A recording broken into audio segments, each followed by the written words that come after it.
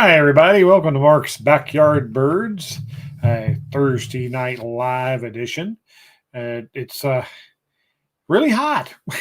What's here in Kansas City? We had a huge storm last night, 5 inches of rain up here in this part of the town where we live, and upwards of 10 inches of rain just south of the river. And my daughter Morgan, I went to pick her up at the airport last night. Her flight was delayed an hour by the time before I even got there. The lightning was so severe they couldn't even pull the plane into the gate because they wouldn't allow employees out there to direct them in because the lightning was so bad. And so it was 45 minutes, almost an hour of that. And then we waited on her luggage for about an hour, and they finally said it's too dangerous. We can't unload the luggage off the plane. So we had to go back out there today to get it. So I had quite an evening. I got to bed about 4:00 last night. So today, actually, I guess that would be the thing.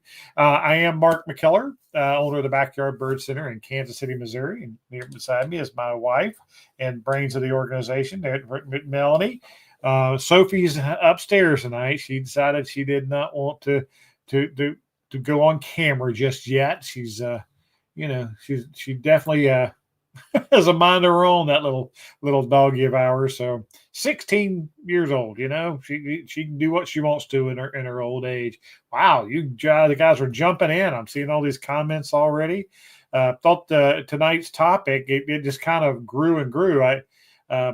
Melanie, we're talking about some of the birding adventures we've been on, and I've been on, especially led over the years, and what were some of the top moments. And so I just started jotting things down and came up with a list. And then I realized how daggone hard it was to narrow it down to 10. I could go on for a long time, but then of course that led us to think, oh, you guys have some great stories and some of your favorite moments, and thought that might be a good program. We always give a new few minutes for everybody to get in because some platforms are lower than others. We've got Instagram going, but they set up a flash on there that said they may be having trouble streaming tonight. So if you're joining us from Instagram, welcome. I'm glad you're on board. I hope that it's working fine for you. All right, let's see who's checking in. Oh, somebody who has shared many birding adventures with me. Bill Trelk, watching a peregrine falcon work a pond of ducks by the side of the road in the Flint Hills National Wildlife. That's an impressive sight.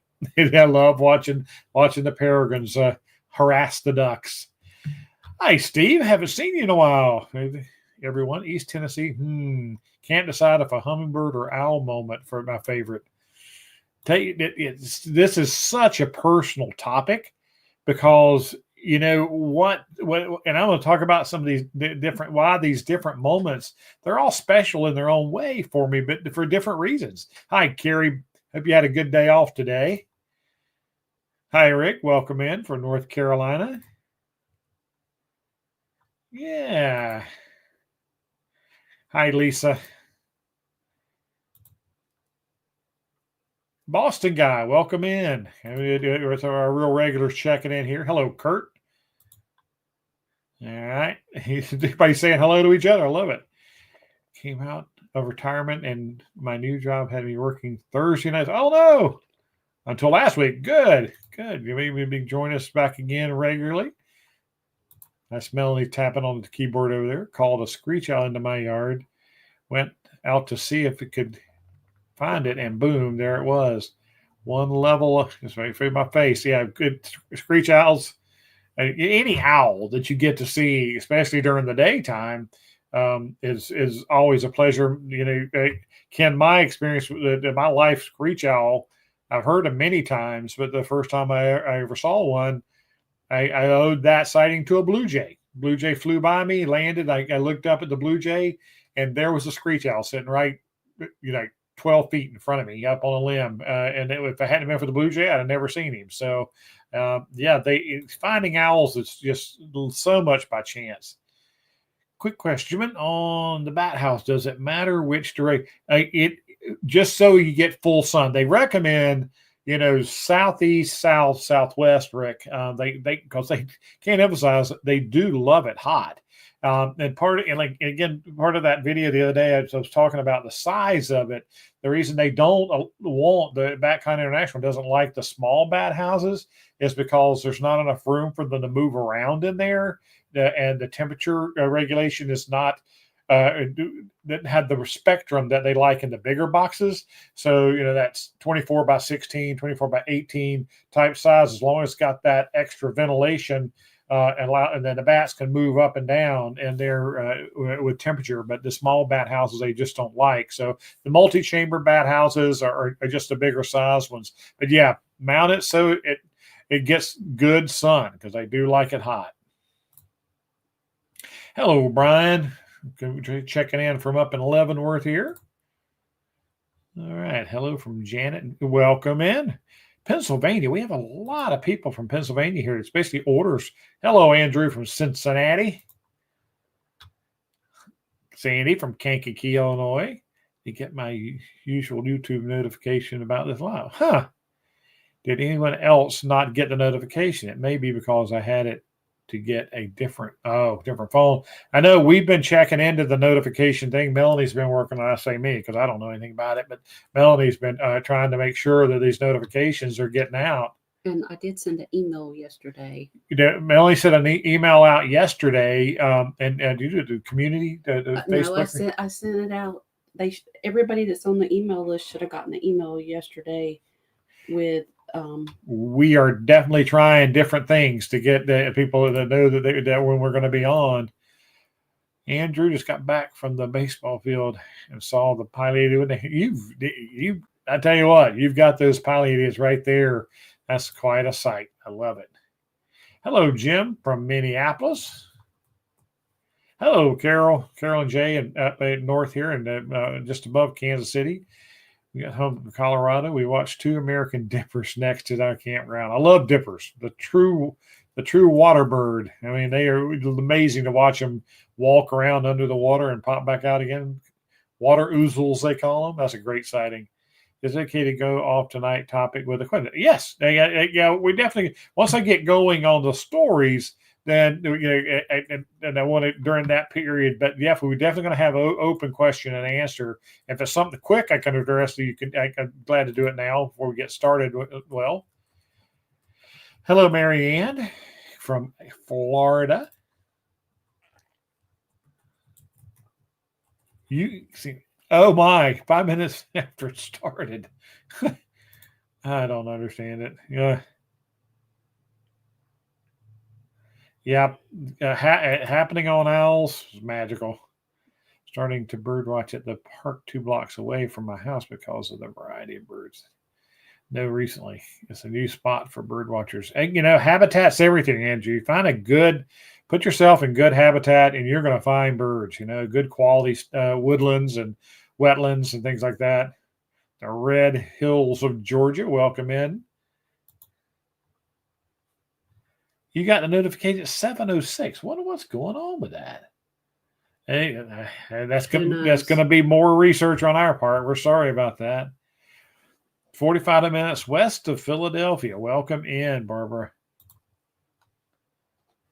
And you did not get it. I wonder if you're going to get one here in a couple of minutes, Jim. It sounds like everybody's getting them late tonight. I don't know if streaming is. Well, Instagram had problems. Yeah, we said it notifies that Instagram had programmed about problems tonight. And wasn't yesterday when Shopify was out for a little while? Yeah, so our Shopify program went down for a while yesterday. It's a YouTube issue, I would think. Yeah, it very much could be. All right, well, welcome in. We're going to get started with the topic tonight, and again, I hope you enjoy it. It's just stories from. And of course, I'm going to start with really where it all started for me. My first memory I like to share, of course, is and I call them click birds. This was my click bird, my click moment that actually got me started. When I went into wildlife school, I was an Eagle Scout and spent all my time in the nature areas and Boy Scouts, things like that. And of course, around my neighborhood when I was a kid, I loved all animals. I loved turning over rocks and exploring the woods and things and the creek. But whenever I went into wildlife school, I actually declared my major as a fisheries major. And then I met a guy he rode the same bus that I did in my apartment complex and to college at the campus every day. We lived a good ways away. And we struck up a friendship. We started talking, and we found out we were both Eagle Scouts, and we were both in the wildlife program, and we really came to it from the same avenue. So he and I really, when it came to wildlife classes, we had them all together in different programs. And so when it came to picking a buddy, a partner to do a lab thing or whatever, John and I got to be really good friends, and still one of my best friends today. And the thing that changed my life was this bird and John. We were one morning we were out in our summer camp, field camp, and we had different things. We had projects we worked on all through this 6-week summer camp, field camp. We lived out in the woods, and it was great. And one of the things we had to do were quail call count walking routes. So we would walk a distance, and then we stop and we'd listen for bob whites and count the number, and so it was a technique they were teaching us.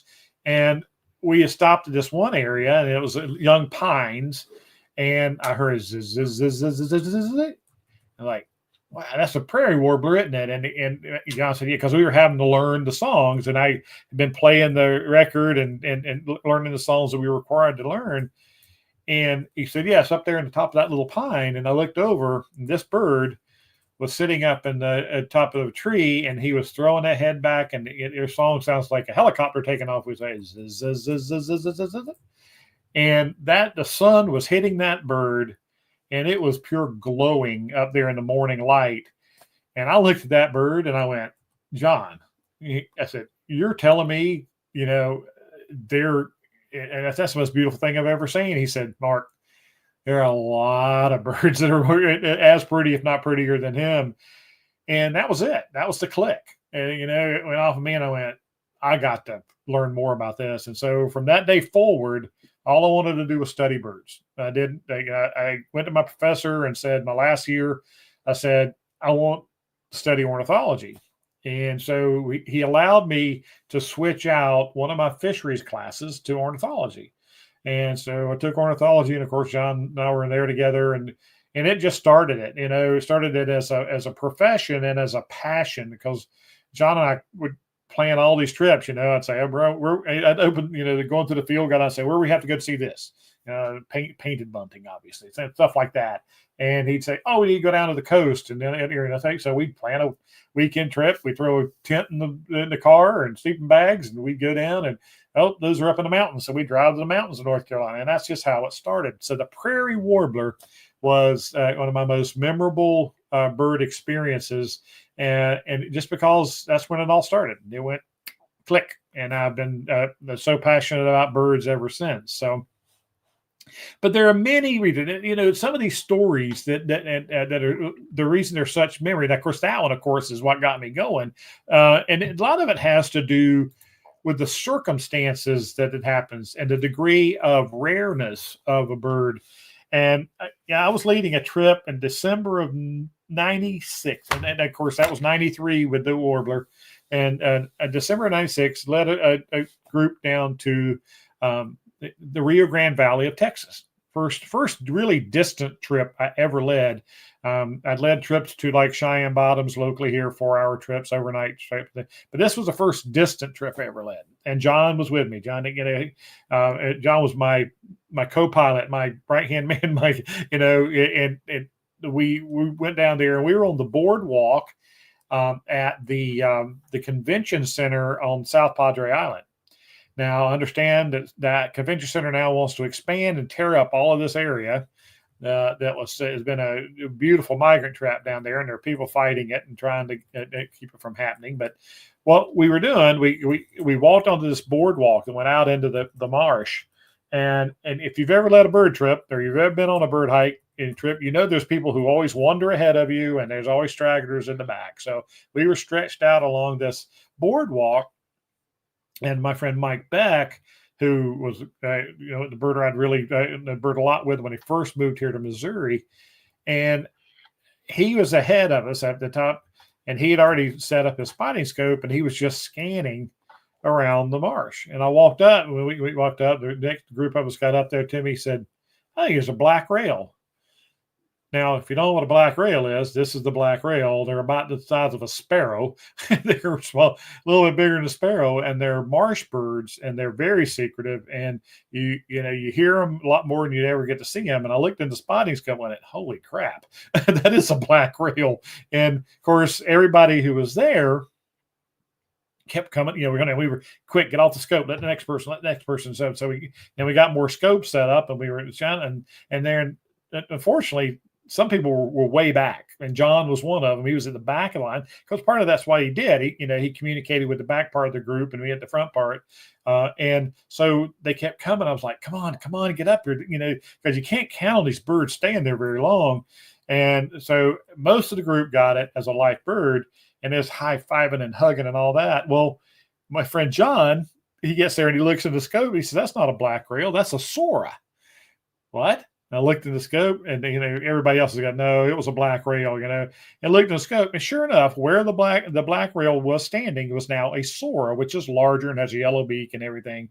And then I don't know, whoever the next person looked in there, and it came in. So let me see, and she looked in there and she said, "That's not a Sora. That's a least bittern." And looked in the scope, and so in that same little opening in the reeds, we had a black rail, a Sora, and a least bittern all in that one spot. And people, it's just that's so memorable to me because of all that circumstance that went on there. And it happens to be the only black rail I've ever seen in my life. I've heard them, but getting to see them is very, very challenging. So, Bill, were you on that trip? I don't know if Bill's on that. If that's the one you went with us down there. I've been down. I've taken groups to the valley a couple of times over the years. That was the first one years ago. So that's story number 2. Okay, I think you're going to scroll down. We were up here somewhere. Oh, yeah. Okay.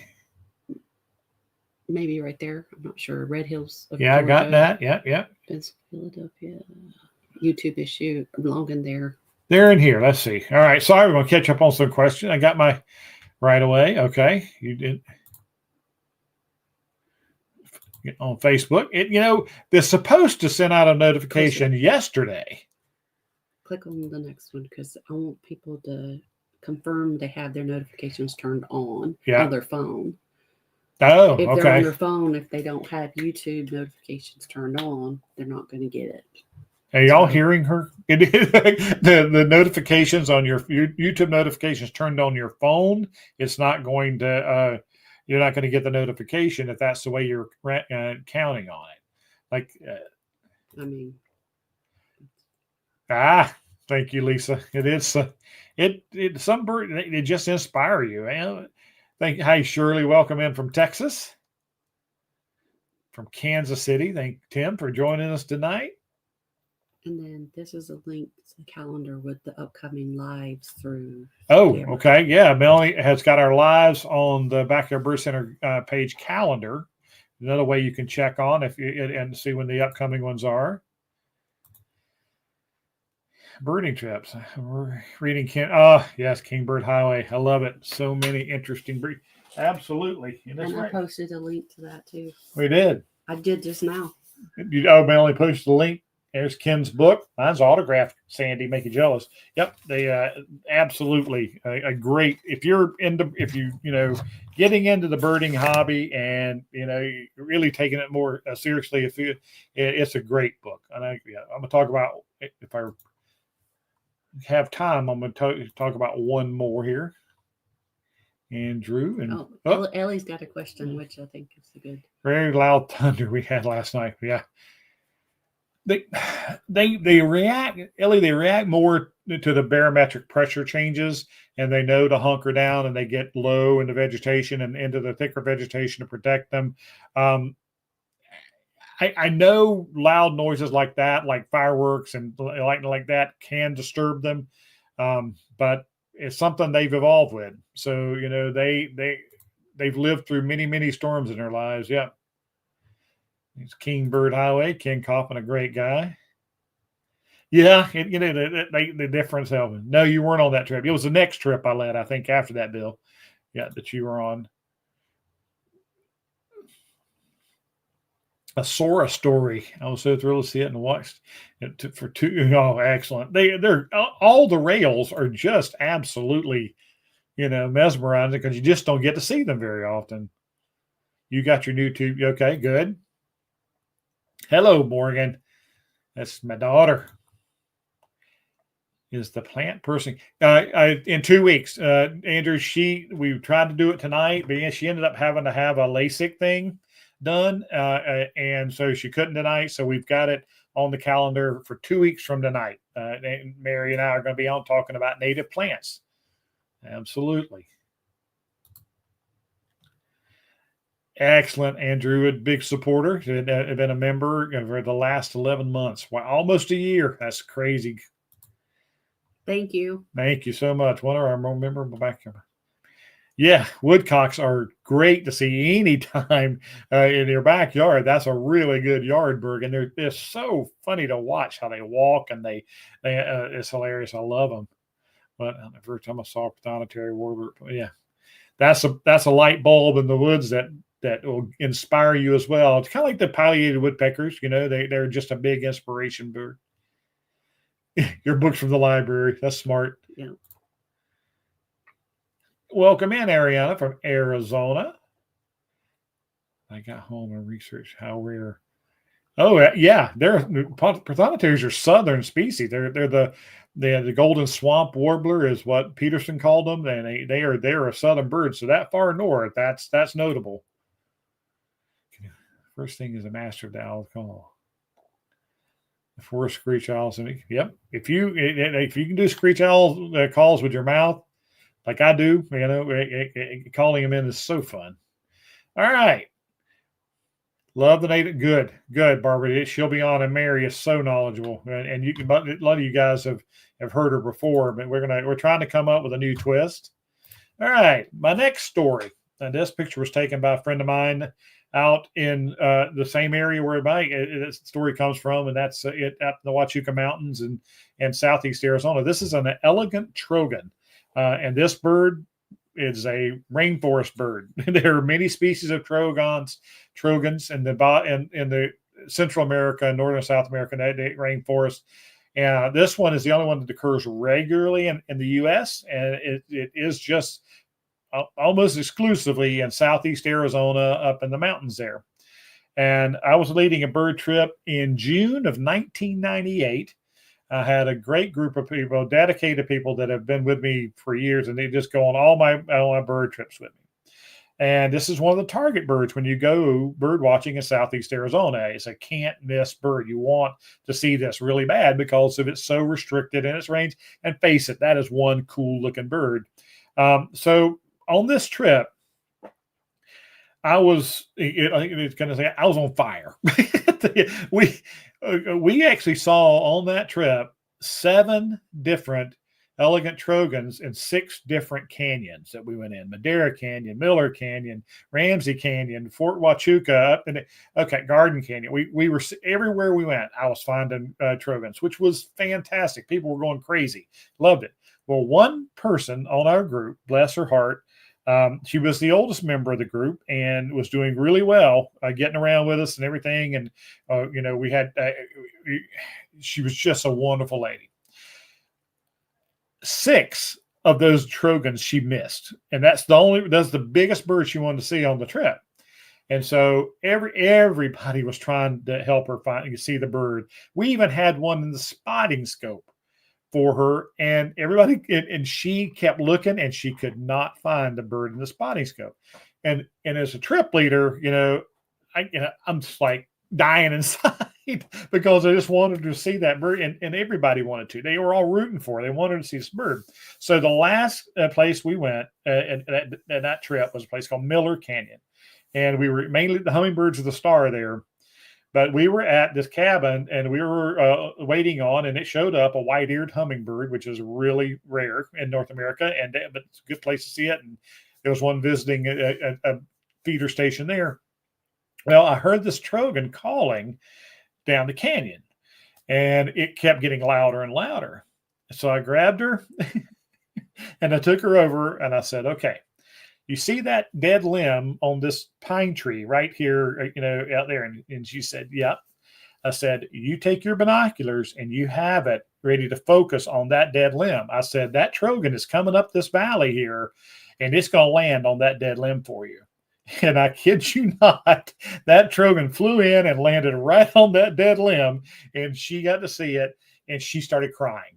I mean, she was so happy, and everybody, of course, was so, hugging her and everything. It was just a great sight. So, some of these birds, you see the stories are, and why they're so memorable to me, are not only, it wasn't my life bird. I'd seen them a few times by that point in my life, but that I love sharing those celebratory moments with bird watchers. And she just, I'd made her trip. There's no doubt about it. And she got really good looks at it, and everybody was so happy. So that's story number 3 that I love to share, because it is, to me, it's just what bird watching with the groups is all about. Rick's got a cool story right there.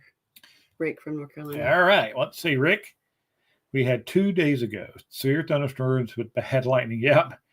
A big swarm of hummingbirds came onto the porch and Peters in the storm and didn't leave. It must have been 50. Rick, that's exactly right. We see that. There's a place down in central Missouri near Boy Scout camp that he tells me that, on an average day, he gets about 100 hummingbirds. He's got like 30 hummingbird feeders hanging from the big giant oak tree in his yard by this little gas station store. And he said, Mark, I can tell you that when a thunderstorm's coming in, that number will triple. He said there will be 300 hummingbirds out there feeding as fast and heavy as they can. And I mean, the theory is, of course, that thunderstorm, they know that pollen is going to get washed out to a certain extent. So feeding up ahead of time really makes sense for them when the storm's coming in. That's a great experience right there. I noticed, I've seen markedly. It just depends on natural food availability. I mean, if they're getting their needs met, from out in the nature, they're not going to come around nearly as much. That's when stress levels go up, is when they tend to depend on feeders more. And it is a crazy, amazing sight. I've heard this many times, but it still warms my heart to hear about the. Yeah, it is. Thank you, Gary. Yeah, sharing that's just so cool. Thank you, Sandy. I've done it a long time, and that the key to a good bird trip is the planning that goes into it, and that's what I pride myself in. When I plan these bird trips, and I plan locations and backup locations, and if it doesn't work here or there, and because like I said, it's what I do. I love the planning part of it, and I love when I get there and we find the bird, and it's really hard to find, and we find it. And I do not play tapes, folks. I do. If you've been on one of my bird hikes, I do not play tapes like a lot of leaders do to get these birds in. I believe in doing my research, getting myself into the place where they are, and the eyes and ears, let it work for us. And I know we never had Merlin back then. Never used Merlin on a single bird hike of these trips that I've led. So yeah. Thank you for the compliment. I pride myself, and and if John were on with me, he'd tell you. He always says, what? I started as his student. He said that, but now I'm your student now. It's just a hello frontier from SoCal, rushing out to get more feeders. All right, I guess I haven't spotted a new bird in there. It was a yellow-breasted chat. I love the bird. Yes, we first heard it, then recognized it, and got into searching for it. Yeah, those are wacky sounds too. Those chats can make all kind of they make all kind of crazy sounds. They are unique. Oh, people may not know. New people may not know what you mean. Man, playing tapes that like when you like on your bird apps. One thing I'm dead set against, especially in the nesting season, is to play the bird song from your application. Whether it used to be just tape recorders. Now with your devices, and the birds will come in and try to attack that other bird. And it lures them away from their territories. It exposes their nest to predators, and it also can actually intimidate males in some cases, and the males abandon the territories. So I just don't believe in doing it. To me, it's lazy man birding. That's the way I feel about it. But this one, yeah, she's telling me. Thank you, sure. Oh, thank you, Mary, and I appreciate that. Yeah, it's been a huge part of my life, obviously. Yeah, kind of the siesta part of their season. Let me feel a new season. Wow. That is a lot. That's a lot of stuff in that mix, Andrew. Yeah, and no junk fillers. That's important. All right, you ready for the next story? We're going to move on to on the same trip. About maybe a day later after that. I think it may have been the next day. But we were at that bird group in Southeast Arizona, and the last day we were in the Chiricahua National Monument. And it was just really far southeast as we went, and we had to get back to the airport. And one of the traditions on our trips was we always take a group picture, and we usually do it on the last day. Well, this bird, a zone-tailed hawk, a specialty down there in that part of the world, especially back then. They're more common than they used to be down there. We had been searching, and John and I were always in the front seat. He's, passenger side and driving. And we've been scanning and looking for zone-tailed hawks.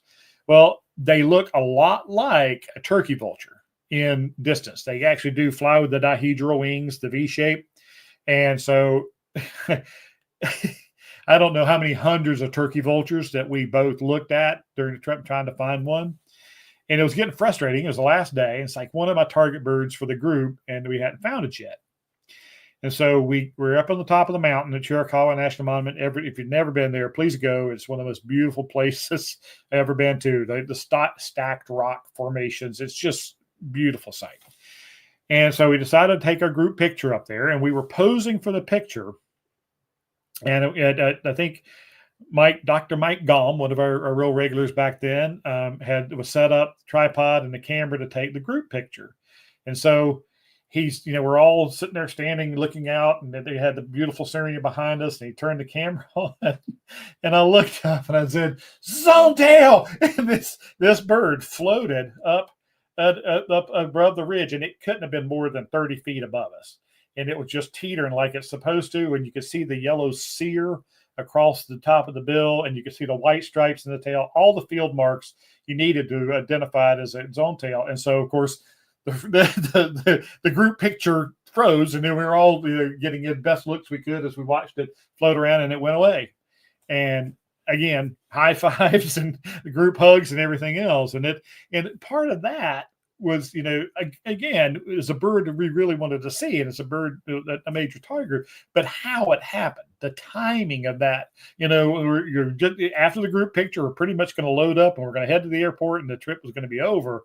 And that, that last second heroics by that bird, I really appreciated that bird a lot. So the zone tail hawk, it's definitely, again, I think they're more numerous than they used to be back in those days, but it's just one of my favorite birding memories, and sharing it with all those great people. It's just one of my favorites. So the zone tail hawk. All right. My next story is a personal one, just me birding by myself. And this was in 2000. Melanie her company had scheduled a business trip, a retreat, where it was a working retreat for the employees for half days. So in the mornings, the staff down there in Cancun, we went to the resort in Cancun, and in the mornings they had meetings, and then broke for lunch, and then they had the staff had the rest of the day off.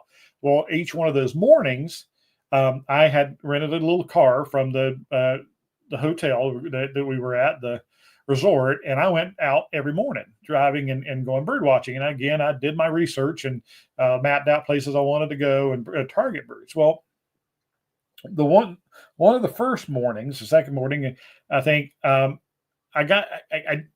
before I got in the car and left to a site, I was walking the hotel grounds, and there are a lot of great birds, but when you turn all of a sudden and you see this bird sitting in front of you, maybe 20 feet away from you, sitting on a limb, this is like a blue crown or Lesson's Motmot. They changed the names since the day when I saw it. The Motmots are a magical group of birds. They're related to kingfishers and things, but they're not water birds. They're woodland birds, and they are so impressive. And they sit there. I didn't hear him. I didn't see him fly in. All of a sudden, he was just sitting there right by me. And it was one of those moments where you go, oh my God, that bird is absolutely gorgeous. And these tail feathers that you see, they do this themselves. Those feathers aren't naturally that way. The males will rip out those sections, and some of them have a fairly big gap in the tail there between the spatulas on the end, but they do that themselves as kind of their signature look for the females. And they are, it's just a bird. I just remember that moment and just going, oh my gosh, I'm not in Kansas City anymore, because you don't find these kind of birds, even look anything close to that in the U.S. So it just absolutely a stunning bird to witness that way. So no high fives, nobody to hug or anything when it did all it, but go up, going up.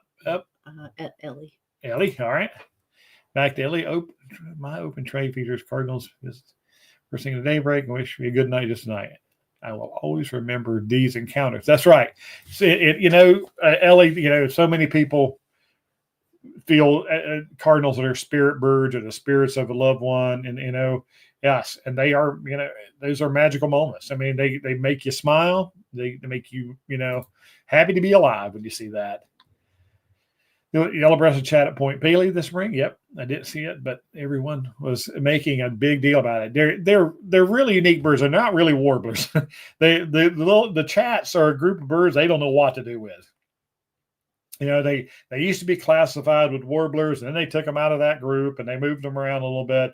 But they're funny. I remember one morning in Pittsburgh, I was in early and I had my office window open, and I was doing some work, and I heard a chat out in the open pasture type area or field those we were letting grow back and planting. I heard it out there, and I was like, they said, and I came down to my staff, so anybody want to go see a yellow-breasted chat? They're like, oh, wow. And so we took them out. Took them out into the grass, and we found it on the edge of the woods. It was doing its crazy calling and everything. So yeah, chats are great birds. I love them. If you've covered a honey buzzard, if you have not, do a short video on it. The honey buzzard. That's interesting. Now, that's a European species. The honey buzzard is from the old world, and it's literally a red-tailed hawk, one like that. But no, I haven't, Steve. I've never done a video on that. I haven't done European birds at all. So it's definitely worth considering. Going to start expanding these topics. Remembers their first bald eagle sighting. Yeah, absolutely. That's right, Rick. I remember mine from college. We hiked through the woods and the edge of a slough of a lake, and we were all hiding in the trees, and it was sitting out in a dead tree out in the lake. Yeah, I'll never forget that. Oh gosh, thanks, Jan, for joining us. Your artwork is incredible, by the way. I saw that post. Good evening, Sherry. Welcome in. Thank you. Hey, James, joining in. Welcome in. All right. Next, from the same bird trip as the Motmot, where'd it go? Okay. As the same bird trip as the Motmot, to set this up, one of the mornings I did go out, I went to Lake Coba. And there's a ruin site we were in hiking trails and everything. And I bet I'll walk 10 miles that day. But the ruin site that, you had to pay to get into wasn't open when I first got there. It's on the shore of Lake Coba, where his Club Med is down there. And I was walking around the edge of the lake, and one of the birds that I was hoping to see, there was a bird called a ruddy crake, which is a little rail. and walking around the edge of the lake. So I was really, focusing around. I saw limpkins and saw other species, but I'm looking around and I just happened to be at this gap.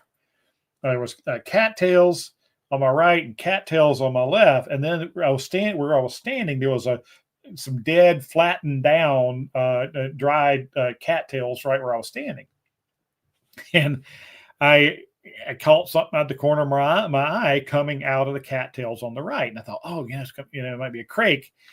Instead, it was this guy, folks. That bird will get your attention. That is a spotted rail.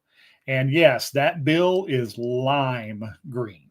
That red dot on the thing, the bright red legs and the black plumage with the spots on it. That bird, you talk about taking your breath. I mean, I was just, and I was by myself. I was like, where's my high fives? Where's the celebratory moment? But he just walked. And again, I didn't have a cell phone, I have a camera, and anything back then. He just walked right across those dead reeds, and he walked into the live cattails on the other side of the reeds, and that was the moment. I mean, that was it. And not long, maybe 5 minutes later, this couple pulled up in a car, and because they saw me bird watching, they said, "The birder," and I said, "Yeah." And they said, "You seen anything good?" And I said, "Well, I just had a spotted rail walk across here." And they both of them like, "What? The spotted rail?" They got out of the car, and they're like, I said, "Well, he's headed that way. If you want to get down further down the lakeshore, he might walk out for you." So yeah, spotted rail, truly magical moment, and I just wish that had been some people there to share it with, because I love it. It's that as a stunning bird, folks. That's all I got to tell you. And again, that was in 2000. And so now we're going to advance a few years, and let's see. This was in 2011. I had a group bird watching in the Rio Grande Valley of Texas, and we're in 15 passenger vans is what we always rent when we're down there and riding around. And we were in the Falcon Dam State Park, and Falcon Dam is a very, very famous bird watching spot along the Rio Grande Valley. It's not safe to bird watch in the areas that we used to down there, and it won't even let you back in there anymore. Well, this state park is really close there, and you can camp there and bird watch there. And so we were driving around the state park, it's all really short grass, hot, dry, sandy place. And to set this up, this is a red-billed pigeon. This is a real pigeon. This isn't a domestic pigeon. This is a wild pigeon from Mexico and parts south. And I've seen them several times in the past when I go down the Rio Grande Valley. But I'm telling you, every time I've gotten to see this bird is 100 yards away in the top of a tree with a spotting scope, and it looks about this big in the spotting scope, that you could identify it. So again, we're looking forward with the group, because it's one of the birds you want to get when you bird watch the Rio Grande Valley of Texas. And we came across, and there was this clump of trees, and there's this red-billed pigeon sitting right there, right outside of the van, and eating on the fruit. And the fruit, this is green, these berries, if you can see them in the picture, there's green berries all over it. And that's the fruit, and that's what he's eating. And of course, I slammed the vehicle in park, and I kind of doing a celebratory dance in the driver's seat, and I was shaking the van. I couldn't believe that bird was right there for everybody to see that close. And it's so funny because, for those of us who had been bird watching a long time and had seen them only at a distance, well, now these people, it's the first time they'd ever seen it. They're like, "Oh, that's what you're supposed to see." No, no, you don't get to see that bird that close that very often. So the red-billed pigeon, which is a good-sized bird, and they were feeding on I think it was, I don't know how many were actually in that. There's bushes there. We had a handful in there, and Mary got this great picture. And again, I don't know if it was any special to anybody else in that group, in those vans, as it was to me, because it's just, a gift whenever you get to see a bird like that. So, oh my. So let's see.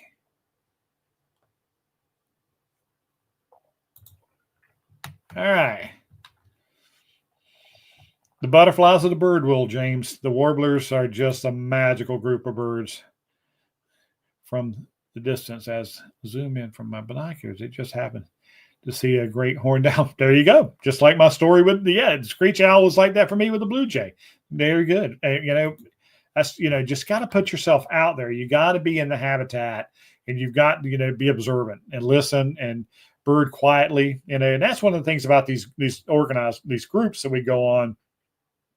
And it's, when you've got 10 or 12, 15 people and trying to keep that group quiet to see these birds that you're really targeting can be difficult. So yeah, that looks like one of the European rollers. Yeah, the rollers are absolutely a gorgeous group of birds, and rollers are in among the Motmot family too, and the kingfisher family. That's right. They're woodland kingfishers. I remember seeing my first exactly what tree it was in the state park. And birders always return to the scene of the crime, right, Sandy? If you saw it there first time you ever saw it, you're going to check that tree every time you go back. It's just what we do. Is exactly right. James, hello, Carrie. Oh, they are some great pictures. Now, most of these are taken by friends, and then a couple of them are, I have to download them from the program that I got subscribed to so I can get them. We moved from our house 40 years ago. First bird we saw at our new property was a bluebird that flew toward the tree overlooking us. I remember, yeah, absolutely. Yeah, I remember the first yard bird of every house we've lived in. It's basically since we've been married. And bluebirds were the first yard bird in our current house. There were 6 of them out in the side yard of the yard in a little wet area. They were going down drinking water. Yes. Thank you, Steve, for running it. And I'm supposed to do this big picture. It's something to do this, Steve. That reminds me. One of the things I forget to tell people is there's a ton of information and photo credits and everything in the description that's below the video. And there's links in there to get to the online store and different things like that. But I won't get the photo credits until a little bit later. They'll be there tomorrow for sure. But if you like the videos, please give us a like. If you haven't subscribed, obviously that helps out, helps me to continue to do these videos. So I see some hearts and some thumbs up there. So I know you guys are doing it. Thank you for that reminder, Steve. Hello, Anna D. All right. Okay. Next story. This one, we're going to go from the hot of South Texas to the cold of the Sax-Zim bog northwest of Duluth, Minnesota in March. This was March of 2013. My friend Mary, who will be on in a couple of weeks, the plant lady, and my friend John Burwell, who I've been birding with for many years. The 3 of us decided to jump in his Jeep, and we drove to Duluth, Minnesota for bird watching in March. And yes, it snowed from the time we hit about the Minnesota border the whole time we were there, and it still was snowing when we left. But it wasn't brutally cold. I've been up there also birding, and whenever there was no snow falling, but it was so cold we couldn't hardly stand it out of the vehicle. But this particular trip, there had been some good northern owls moved in for the winter, which they do most years. There's usually a few of the different species you're looking for. But this year was pretty good that we went up there. So we decided that we were going to go, got a hotel and spent, I think, 2 nights up there. And we drove around. Well, the area known as the Sax-Zim bog is famous for great winter birds. I mean, and we birded that area, and we got Boreal chickadee. We got, what all did we get there that year? But this bird, we were pulling into the Sax-Zim bog area that morning, and it's still dark. And we're coming from the main road, and on the kind of the southeastern tip of the bog, the road you turn in to kind of start, you kind of do a zigzag pattern through the bog, the roads to find species, look for owls and northern hawk owls and just numerous species. So we literally, when we turned the corner, John was driving and he hit the brakes and we slid a little bit and he said, ow. And whenever the headlights was shining, when we turned the corner, he saw this little boreal owl, which is about that big, not very big, little bit bigger than a screech owl. And it was sitting on a sign. It was sitting on a road sign. And the snow was stacked all the way across because it had been snowing all night. And this bird was just sitting where he had kind of knocked off. I don't know if he was sitting there all night or if he landed and knocked off snow, but he was just sitting there. And we were like going crazy. You know, Mary's a photographer, and she got a camera out and she was clicking. Now, what's deceiving, and this is what Photoshop can do, is that this picture was taken in the dark. I mean, it was sunrise and it was snowing and cloudy and everything. And so we showed you the original picture, but she was able to brighten it up in Photoshop. But this is an absolutely great bird. It's the only boreal owl I've ever seen in my life. I don't know if I'll ever see another one again, but they're terrific little birds. And it just sat there and we got great pictures of them before we moved on. But the rest of this story that makes this bird even more special is we ran into a birder when we were at the site where we were getting the boreal chickadee was coming into a bird feeder station. There was another guy there with a big giant camera.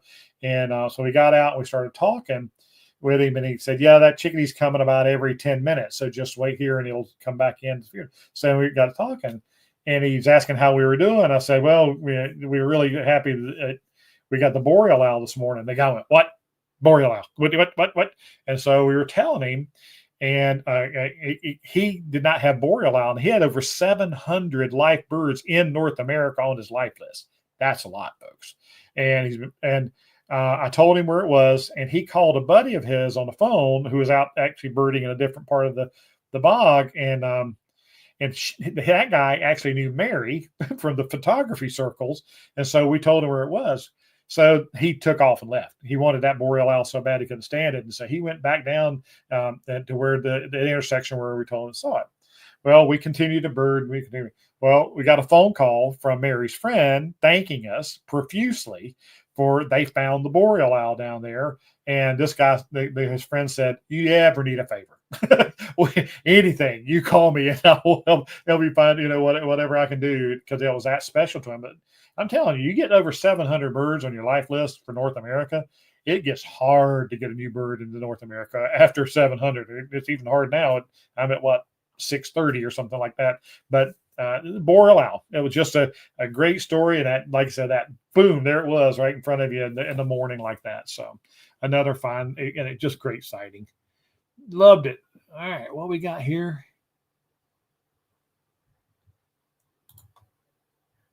Oh, yeah, there's Chet.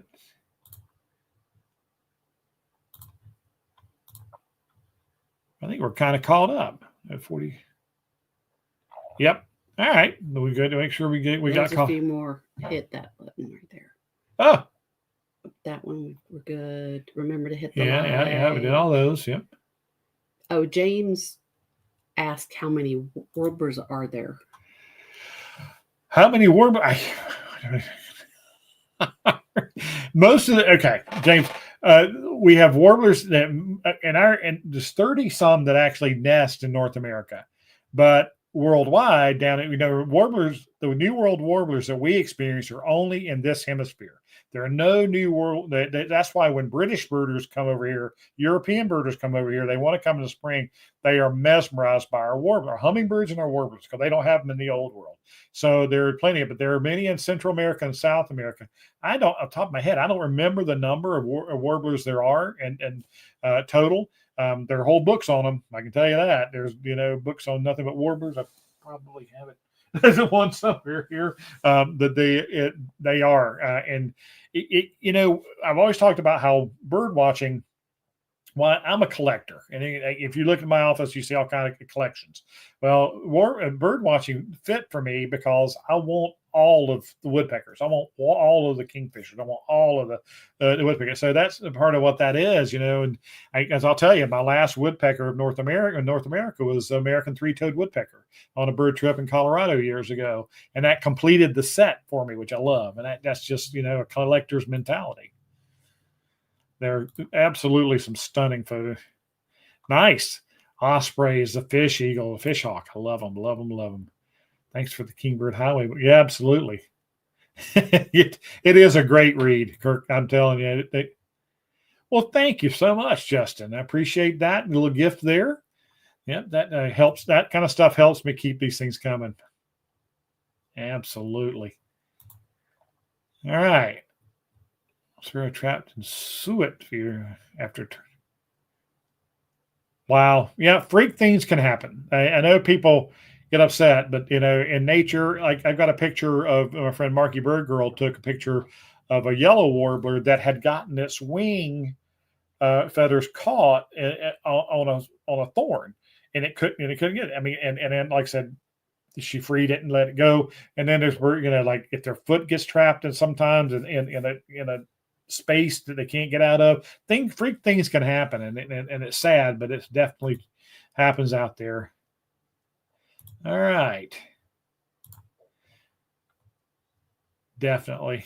All right, here's the last two stories I got. This is a trip I led into South Florida, and this is going out on the Florida Keys. This is actually in Key Largo. And the story, I have to set this up. Okay. When I do bird trips, and one of the ways I plan and choose sites is I typically do a scout trip, usually the year before I do a group trip. And we always called them guys trip because my friend John come out from North Carolina, and then maybe John Burwell here. Just a different group of us will go down and we check out potential sites. Some of them have shopping centers built on top of where they used to be good and things like that. So we have to plan it, eliminate that site, pick a new site, things like that. Well, the scout trip, we were out down there in that part of the Keys, and we stopped at a McDonald's in Key Largo. And in the parking lot, there was a common Myna, which is an introduced species in this country, but it is counted. They breed down there in South Florida. And he was in the parking lot of the McDonald's picking up French fries, much like a starling would. And so we got in, we went in and grabbed some lunch, and then we kept going down to Key West, is where the destination was tonight.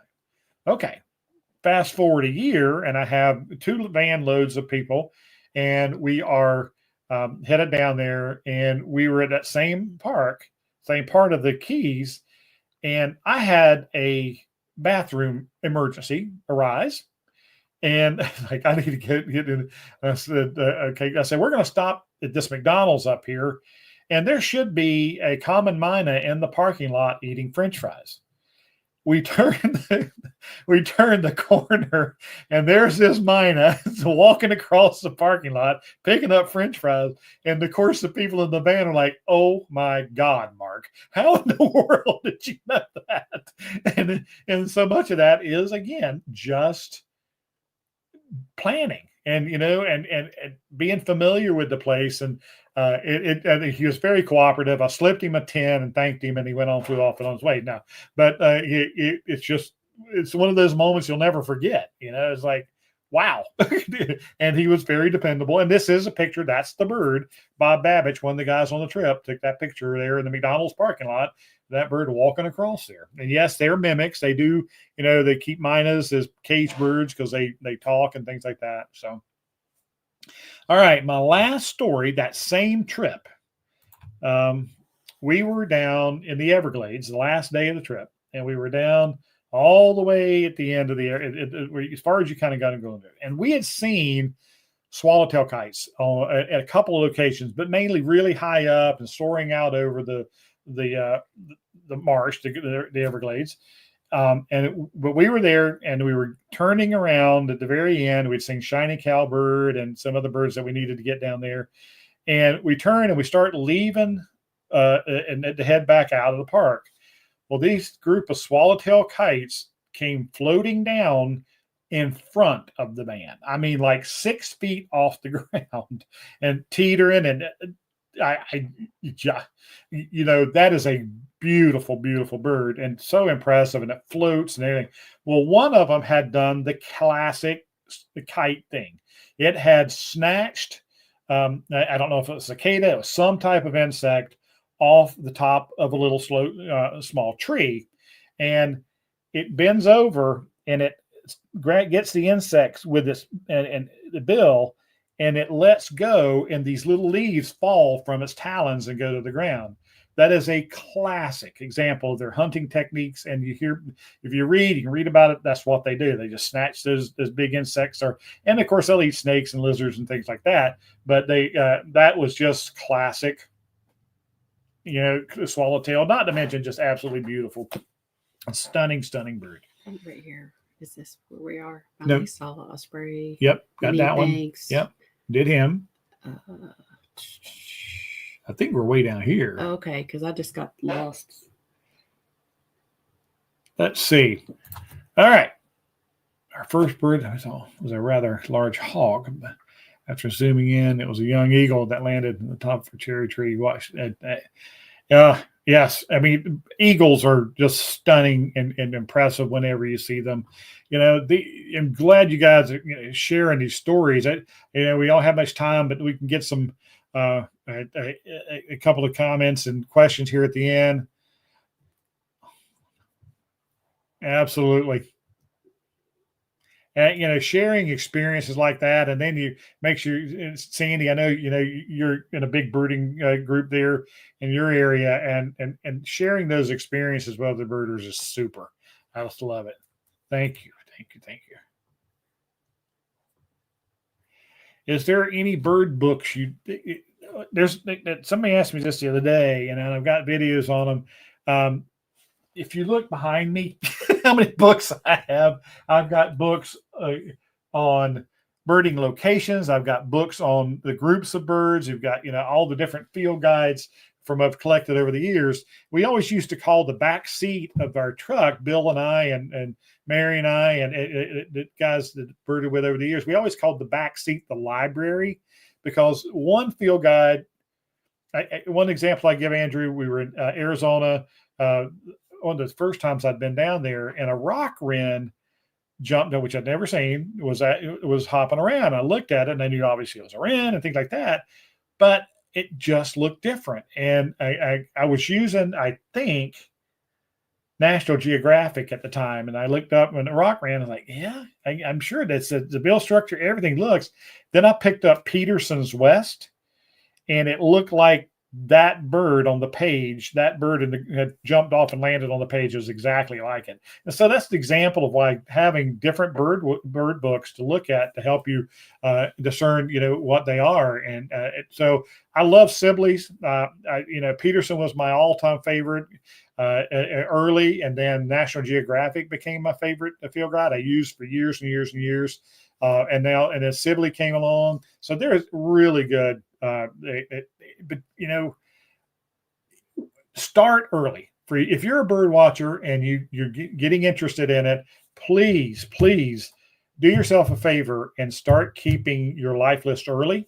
Write down these sightings, and we're going to do a program on journaling. I keep promising that, but I got a new thing I want to unveil when we do the journaling program.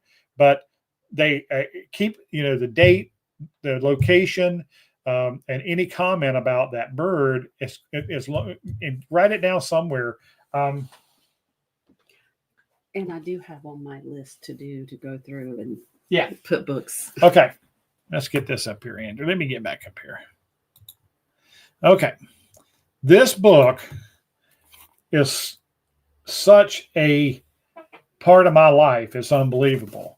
Okay, when you look inside of it, there's all my terrible handwriting of different species. Now, this is ancient technology. Now we use computer programs, we use eBird checklist, and there's all kind of different ways to do it. But if this thing got destroyed, I would cry beyond it. It should be in my opinion, I should have it in the safe deposit box somewhere, because this is such a huge part of my life, especially my early birding life, my comments are in there, and I say silly things about the bird sighting, things like that I loved. And so keeping some type of journal, different people do different things. That's just how I got started. And you'll thank me if you start. The sooner you start, the better, because the longer you put it off, you'll go, oh, I think I saw this there. But boy, having those notes is a huge difference. And I did post a link to the book list on Amazon. It's not by any means complete. Absolutely, Steve. Thank you guys for joining in. Absolutely. Absolutely. Okay. The Pokemon for adults. Lisa, you don't know how close that hits home. My son, I did Pokemon with him for a long time. That's for sure. Yeah. In my garden zip tie. Freak things can happen. Isn't that true? You just went to the Key Largo. There's some really good birds down there in Key Largo, that down on the Florida Keys. I think it turns. Yep. And it's amazing how tough animals are. And they survive a lot of this. 114 species of New World warblers. Thank you, Brian. Google knows. I'm going to tell you. That's for sure. Thank you, Sherry. I love it. Yeah, mine eating French fries. Oh man, yeah, it's the stories. Yes, and believe me, folks, those 10 are just the tip of the iceberg. I could go on for hours and hours, and everybody tells me I need to write a book about it, and one day, hopefully, I will. But there's so many funny statements that were on. Well, the zone-tail hawk. The one story that was associated with that is one of the gals within the group that day, and John and I were commented about, gosh, another turkey vulture, and I said, I can't believe how many turkey vultures we've looked at today, looked down on this trip, and she said, yeah, it had to be like 20 or 30. And John and I, well, more like 300 that we've been looking at over the last 4 days we were there. Yeah. Absolutely, guys. Thank you, Carrie. That's the book list. That's the book link. Mr. Trelk. That's up an autographed Eastern Peterson. Excellent. I have an autographed Eastern Peterson, but there's a couple of pages missing. But that's not important to me. That autograph is what is absolutely. He got around, and he definitely signed books wherever he went at refuges and stuff. Denise, sorry, you had to watch this on the replay. Yeah. Thanks for coming in. Roxon PH5X. Yeah, the heat has been a real challenge this summer for a lot of birds. Well, it's not just because of your nest box. They die in natural cavities in stretches like this. There are dangers out there, and we talk about all the way they get killed, the predators, and we just don't get to see that. When we're out there, we witness it in our nest boxes, but we don't witness the ones that die in natural cavities and things. My favorite bird. See this guy right here? That bird right there is my favorite bird, a loggerhead shrike. I love it, and it is.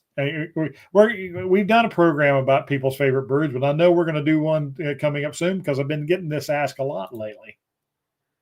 Yes, the garden steak was too close. Yeah.